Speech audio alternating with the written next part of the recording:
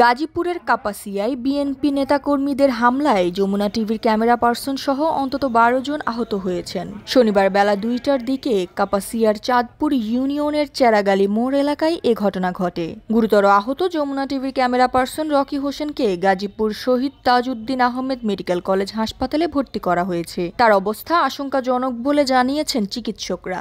আপাতত অবস্থায় ছিলাম, চাটা খাবো এরকম, কেউ পানি খাচ্ছি, কেউ চার জন্য অপেক্ষা করছি এইরকম। এই অবস্থায়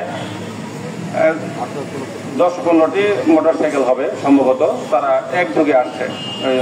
আসার পরে এসেই তারা মঞ্চের যে চেয়ার টেবিল ছিল অর্থাৎ প্যান্ডেল ভেঙে নিয়ে যাচ্ছিল তারা, যারা ডেকোরেটরের লোকজন। ওই অবস্থায় তারা সেখানে গিয়ে চেয়ার ভাঙলো, মঞ্চ ভাঙলো, ব্যানার ছিঁড়ে ফেললো, আরো নানান কিছু তারা করলো। জানা গেছে বিএনপির এক মতবিনিময় সভা শেষে কিছু নেতাকর্মী সাংবাদিকদের ওপর হামলা চালায়। তারা প্যান্ডেল, মাইক ও আসবাবপত্র ভাঙচুর করে এবং যমুনা টিভির সাংবাদিককে মারধর করে ক্যামেরা ও সরঞ্জাম লুট করে নেয়। এই দৃশ্যটা ধারণ করার জন্য ক্যামেরা ওপেন করলো, তখন তার এই ক্যামেরাটা তার হাত থেকে নিয়ে তাকে ধরে নিয়ে গেল। মানে আমরা বাঁচানোর চেষ্টা করলাম, অনেকবার বোঝানোর চেষ্টা করলাম যে আমরা সাংবাদিক, আমরা এখানে পেশাগত দায়িত্ব পালন করতে আসছি, তারা আমাদের কোনো কথা শুনে নেই। এই অবস্থায় তারা সেখান থেকে ওই লোকটাকে ধরে নিয়ে গেল। আমরা যারা তাকে রক্ষা করার চেষ্টা করছি, আমাদের উপর তারা হামলা করলো, লাঞ্ছিত করলো।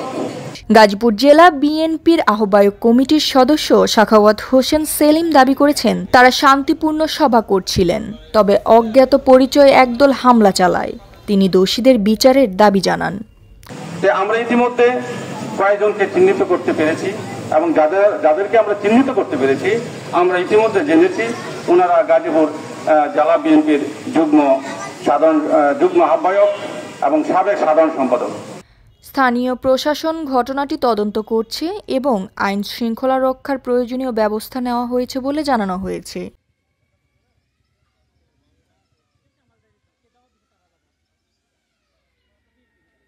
আর এই জ্যোতি, দৃষ্টি ২৪।